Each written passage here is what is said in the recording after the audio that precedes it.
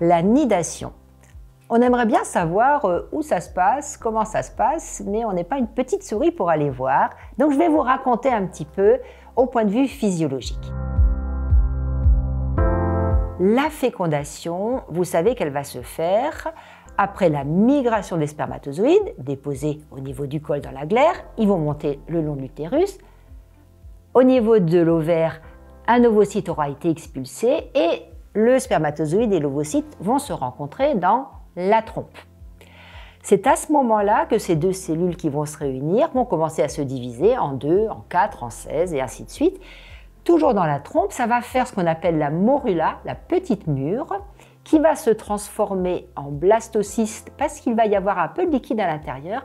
Et ce blastocyste, eh bien, il a une vie libre pendant 4 à 8 jours. Il va descendre gentiment, il va un peu rouler dans la trompe. Il va être caressé par les cils qui vont le faire progresser pour arriver jusque dans l'utérus. Et là, arrivé dans l'utérus, il va se coller à la paroi de l'utérus. Il va prendre contact très intimement avec les vaisseaux qui sont dans l'utérus. Et c'est ça qu'on va appeler l'anidation. Elle se fait donc à peu près une semaine après la fécondation, donc une semaine avant votre retard de règles. Vous ne pouvez pas savoir qu'une nidation vient de se faire là à l'instant. Qu'est-ce qu'on peut avoir quand même comme petit signe? Éventuellement un petit saignement peut être décrit. Donc un petit saignement alors que vous n'avez pas encore de retard de règles.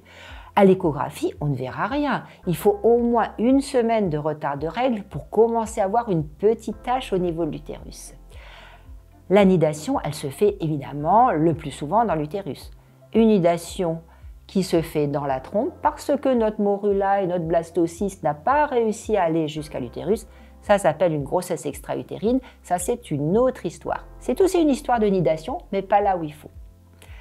Donc, la nidation, elle va passer inaperçue, mais votre retard de règles et le test de grossesse, ça, je suis sûre que vous ne passerez pas à côté.